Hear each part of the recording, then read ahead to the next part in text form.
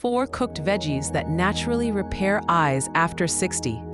Over 60 and noticing changes in your vision? Before you reach for supplements, let's talk food. These 4 cooked vegetables could be your secret weapon for sharper, healthier eyes. Naturally, they're delicious, easy to prepare, and backed by science. Let's dive into the eye-repairing power of these everyday veggies. Carrots are packed with beta-carotene, which your body converts into vitamin A. That's the key nutrient for night vision and preventing age-related eye decline. Broccoli brings lutein and zeaxanthin to the table, 2 antioxidants that protect your retina and reduce oxidative stress.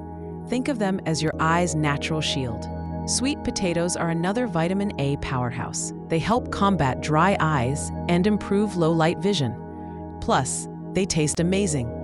Corn contains lutein and zeaxanthin too, supporting macular health and helping prevent vision loss as we age.